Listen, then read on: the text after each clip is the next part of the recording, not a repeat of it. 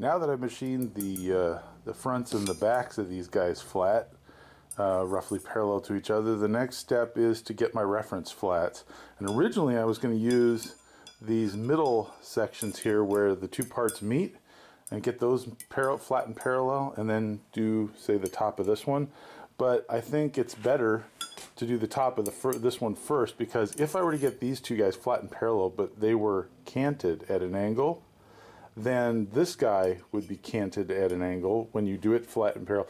And then when you drill it, you know, it's going to go at an angle, and there's not a lot of meat left over in this, so you might blow out a side. It's more essential that this go vertical and be drilled straight through than these guys mate. And same with the bottom. These two here are what mates to the lathe bed, and I think it's more important to have these guys flat and parallel than it is to have these guys flat and parallel. And then of course I've got to drill these straight. So that's what we're going to do. I'm going to set up the fixturing on the mill and I'll bring you back. Just looking at setups, trying to figure out how I'm going to do all the operations. It looks like I'm going to have to do multiple setups. For every operation is going to need its own setup. So I was trying to figure out how I'm going to get enough space under the quill to drill something as long as I have to drill. And I think I'm going to have to mount it over the side like I've got it now. I could have done the milling on the table, but I was trying to see how I was going to possibly drill something this large. It's still going to be really challenging, and bore it for that matter. Yeah, the boring head's kind of big. So we're going to have to experiment. So how I set this up vertically was just to use a rod and see if I could get as close as possible on both sides to square. Now remember, these sides are plasma cut, and they are not particularly smooth or flat. So what I did was I just did the best estimate on both sides, and I think I got pretty well vertical on it. However, it looks like that means some material's gonna have to come off these guys, because they are not anywhere near as close. Maybe like a 1/16 or more off of those sides.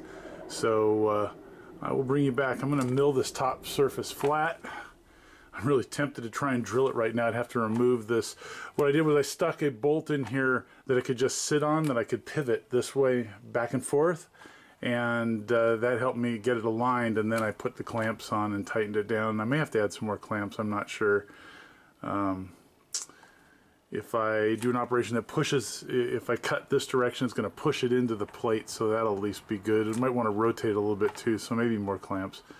I will bring you back. These are first thoughts. So here's my setup. I thought about using a small end mill, but I think I'm going to try the face mill and go very slowly, take very light passes until I get a flat surface across the top. And I'm kind of tempted, still contemplating, tempted to just drill also, as long as I've got it mounted, to just drill it, because it's already lined up and I may have a hard time getting it back again. Got to tell you, I'm a bit spooked. It's an expensive piece to screw up. Alright, we're going to try a 10,000th pass, very slowly. This may be too big a bite. I may have to use an end mill.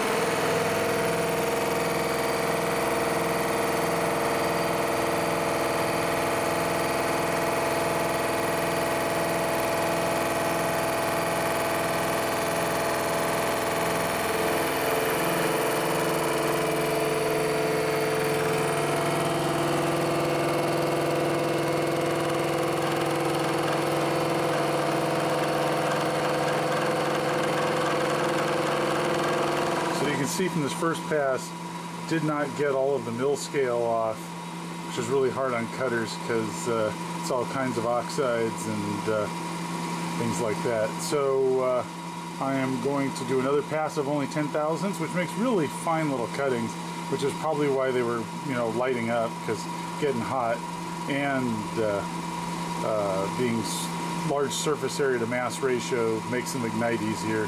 So we're going to come back the other way. I'm using a little lube this time to see if it helps.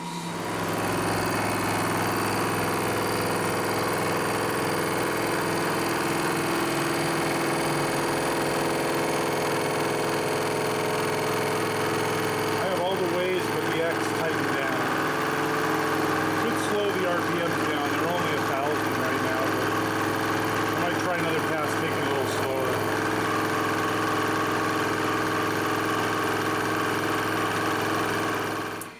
So here's 3 passes at 10/1000ths of an inch, so 30/1000ths.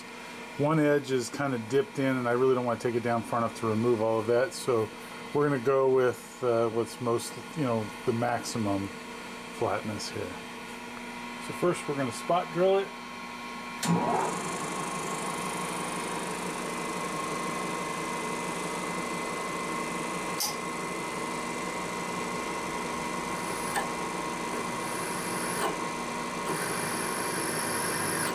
That seems like a bit fast, doesn't it?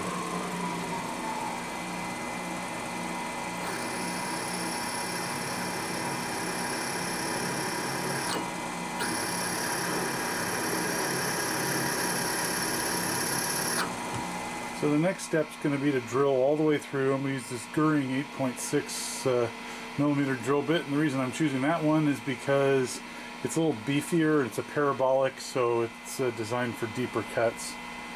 So we're going to chip very slowly, try and go as straight as possible.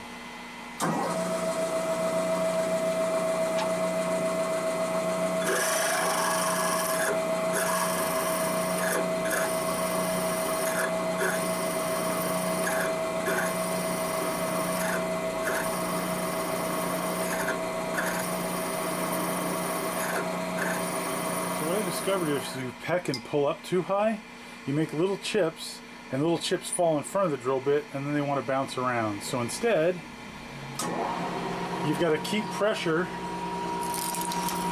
and just relax after you build a chip that's like maybe an inch long. So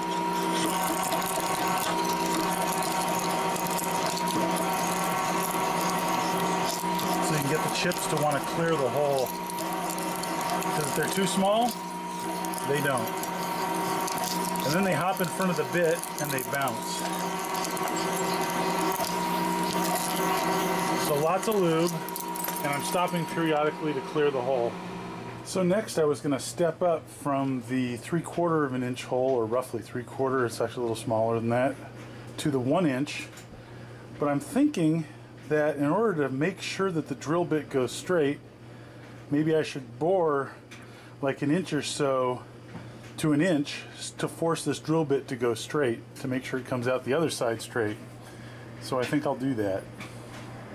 Also notice the drill bit barely fits. This is the table all the way down with the MT3 to R8 adapter, and it barely fits underneath it. Something I have to be very careful when I set up my the other piece to be drilled. I'll probably have to push the table to one side and then mount it off side, and then turn the whole turret so that the head's over here or something like that. Anyways, we'll make something work. Last pass for the drill bit, 1 inch. Should be taking off about 5/1000ths this time.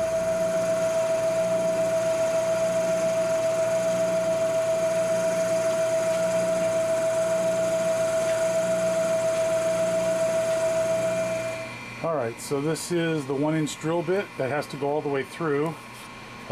Most of the feed now has been done. I've done at least 2 and change inches of the bore, so I only have a little over 2 inches to go. It's going to be hard to hold this and show you. Let me just do a couple test runs, see what it's like, and then I'll bring you back. Alright, so I think I can hand hold this and show you. I'm at 60 RPM, almost as slow as the mill will go. Sorry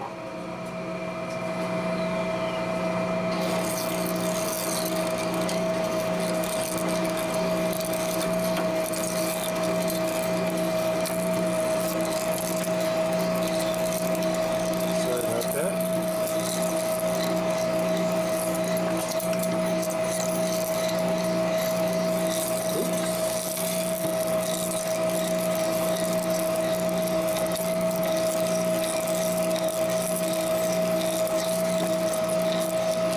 So there's a glorious sight I see. It felt like I never was going to see. Oh, focus, really. There you go. It's through. So I happen to have a 1 inch reamer, so why not? It is catching some material on the way down. I would have thought the drill would have been a little bit oversized, but it feels like it's catching material, so, and we're through. Alright, so we're almost to the final stages of the frightening part here. So 75% threads are 1.297 inches in diameter. 50% threads are 1.328, so it's only like 31 thousandths difference from one to the other. So what I'm going to do is, I am going to start with 1.297, 75% threads, see if I can get the tap started. If I'm able to get the tap started, then I am going to just stick with that and try and do 75% threads. And if I can't, then I'll just go a little bit wider until I'm capable of putting threads in this thing. I will start the threads on the mill, but I have a feeling I'm going to have to finish them elsewhere.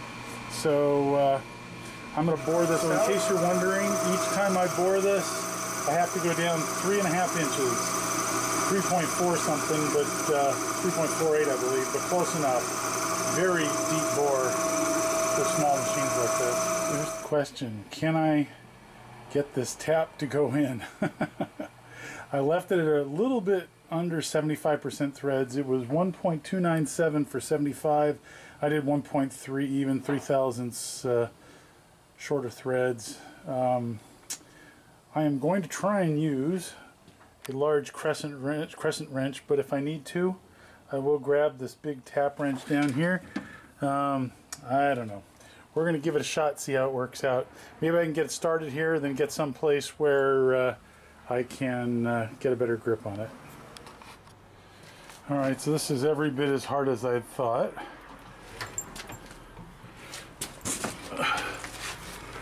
And I do need the big lever arm.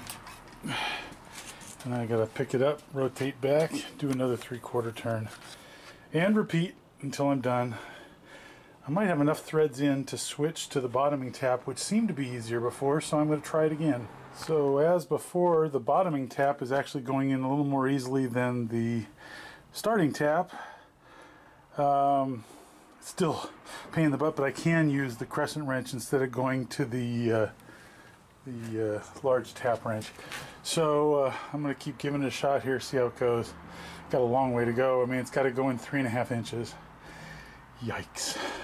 Alright, so we reached bottom. Almost killed me. But we did reach bottom. Hopefully the threads aren't all jacked up at an angle. Did my best. Had the follower going the whole time, but a lot of force. So we will see. I'll be back in a few. Well, for better or worse, it's done. The threads seem pretty even. So hopefully it'll be good. One way or another, we're in for a penny, in for a pound. So, just as an aside, I used ACRA lube this time. On my test piece, I used Tap Magic, this extra thick stuff. The only difference is this stuff's a lot harder to get off when you're done. I couldn't feel any difference or see any difference in the cutting performance. I don't know, maybe in different circumstances there'd be a difference, but this is cold rolled and it's just terrible. So anyways, just to give you a heads up, in case you were interested, the ACRA lube performed reasonably well. So I'm lining up this angle block just very roughly because I'm only face milling at this point. But I just put some O2 tool steel ground rod in here in the 1/2 inch collet, since that's the same size cutter I'm going to use and mill, and just lined it up roughly so that it would go mostly straight. Just a quick trick. That is, by the way, also how I align the main piece. Because it's so rough, there's nowhere to actually, you know, get an actual side. You could sort of cut one side, use that as your reference, then make the other side correct, but there's nothing that needs to be that precise. Alright, so now that I got this bottom end flat, drilled and tapped, I'm going to make these guys match. So all I did was get this guy flat on the table, and these guys I'm just going to come straight across, and we'll see how we do. Alright, so we're mostly done. Alright, so here we are with this guy. This is pretty much close to done. You can see the 1 inch bore hole at the bottom with the threads over here that are hopefully straight. This guy still needs a 1/4 20 or a 3/8 16 with a brass pin in it for the guide pin to stop the bearing shaft from rotating. It also needs 2 1/2 inch holes here for the screws that will mate up with the bottom part, which has to be tapped for 1/2 inch. This guy still needs to be done almost in its entirety, so that's where we're headed next, to face these sides, and then, God help us, drill and tap these guys, and then we'll be ready to move to the next step. Thanks for watching. Hope to see you next time.